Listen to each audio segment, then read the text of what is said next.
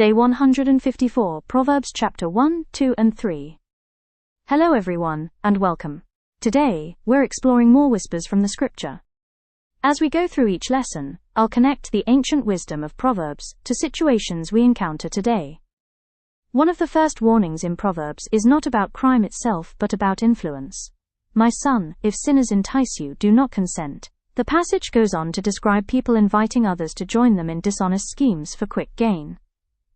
What is unusual here is that the problem begins long before the wrongdoing. It begins with listening. Temptation rarely arrives wearing a warning sign. It may come through social media, workplace gossip, unethical business practices, peer pressure, or online influencers promoting shortcuts to success.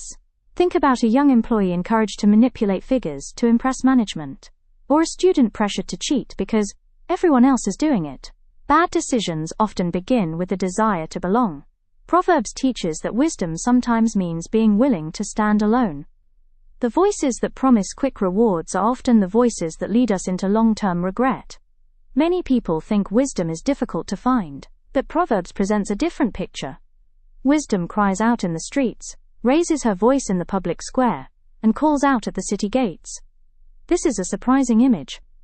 Wisdom is not locked away in a university, hidden in a secret book, or reserved for experts. Wisdom is available every day through experience, observation, advice, and learning from mistakes. For example, when a business owner repeatedly hears customer complaints, wisdom is speaking.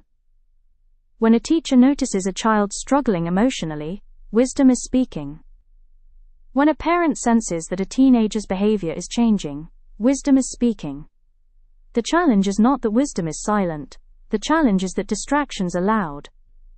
Proverbs reminds us that wisdom is constantly communicating, but we must choose to listen. Many people spend their lives searching for financial security. Yet we now know that wisdom provides a deeper kind of protection. When wisdom enters your heart, discretion and understanding will protect you from harmful paths. Notice that wisdom is described almost like a security guard. People tend to focus on increasing income but neglect increasing judgment. Yet, poor judgment can destroy what money builds. A person may earn a high salary, but lose everything through a reckless investment. A school leader may have excellent facilities but suffer because of poor hiring decisions. A family may have financial resources but struggle because of unhealthy relationships. Wisdom protects us from dangers that money alone cannot solve. It helps us recognize trouble before we walk into it. Trusting God is more than a religious activity. Trust in the Lord with all your heart, and lean not on your own understanding. In all your ways submit to Him, and He will make your paths straight. Trusting God does not mean ignoring facts or refusing to think. It means recognizing that our perspective is limited. Sometimes what looks like a great opportunity may actually be a trap. Sometimes a closed door is protection rather than rejection. Think of someone rushing into a business partnership because the profits look attractive, only to discover later that the partner lacks integrity. Or a parent who insists on controlling every aspect of a child's future without considering the child's unique strengths. Proverbs teaches humility. We don't know everything. We don't see everything. Therefore, wise people seek God's guidance before making major decisions. Success without character is dangerous. Do not withhold good from those to whom it is due, when it is in your power to act.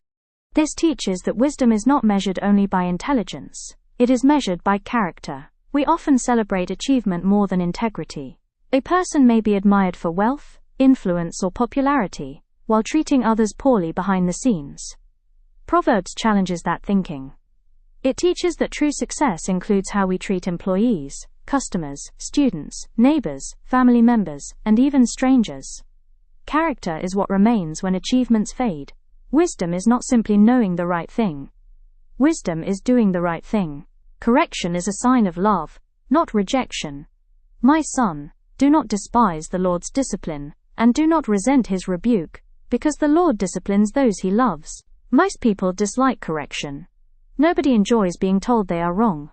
Yet Proverbs presents correction as evidence of care rather than condemnation. Consider a coach correcting an athlete's technique, a teacher correcting a student's work, a mentor challenging poor decisions, a parent setting boundaries. These actions may feel uncomfortable, but they are often motivated by a desire to help someone grow. In today's culture, criticism is often viewed as a personal attack. Proverbs offers a different perspective. Sometimes the people who care most about us are the ones willing to tell us uncomfortable truths. Growth rarely happens without correction. The wise person learns from it instead of resisting it. Be reminded that wisdom is not merely knowledge. It is the ability to live well. The wrong voices are often the loudest. Wisdom is available to everyone. Wisdom provides protection beyond money. Trusting God requires humility. Character matters more than outward success. And correction can be one of life's greatest gifts. These scripture whispers were written thousands of years ago, yet they speak directly to modern challenges in our homes, schools, workplaces, businesses, and relationships. Which of these lessons do you need most right now? The book of Proverbs invites us not just to admire wisdom, but to practice it every day. Blessed are those who find wisdom, those who gain understanding. Thank you for listening, and until next time, may you walk in wisdom and find understanding in every area of your life.